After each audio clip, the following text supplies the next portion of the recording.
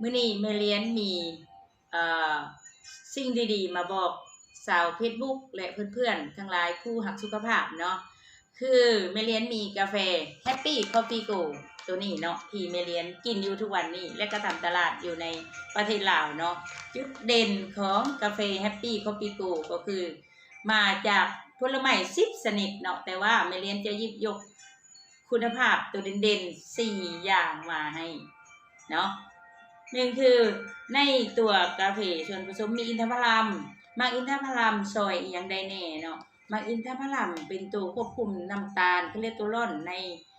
กระแสเลือดหรือในเอ่อในกระแสเลือดแล้วก็มีไฟเบอร์เนาะตัวนี้นะตัวจุดเด่นของอินทผลัมเขาจะลงลึกน้อยหนึ่งเนาะจะเป็นปั่นน้อยหนึ่งแล้วก็ตัวที่สองก็สารสกัดจากสมอลพิเพกเนาะช่วยให้ต้านอนุมูลอิสระแล้วก็ควบคุมกรดยูริกในเลือดได้เป็นอย่างดีเนาะผู้ได้กิน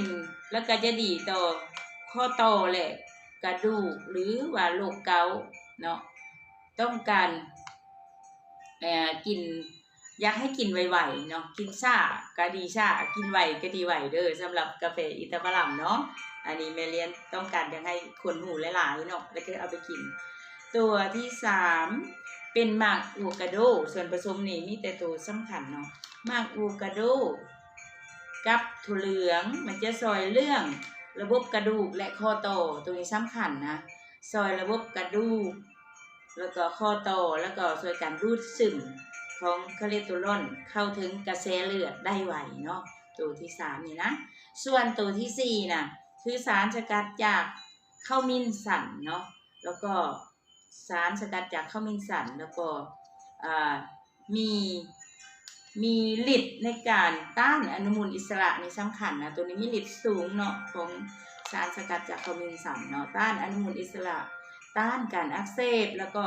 ซอยบรรเทาการปวดกระดูกและข้อต่อเนาะปวดเข่าปวดข้อ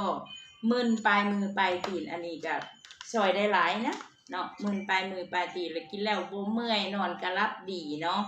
นี่แม่เลี้ยนขอฝากทุกคนเนาะแล้วก็แม่เลี้ยนก็อยากให้ทุกคนได้กินกาแฟ Happy Coffee Go แม่เลี้ยนคอนเฟิร์มแม่เลี้ยนคอนเฟิร์มนี่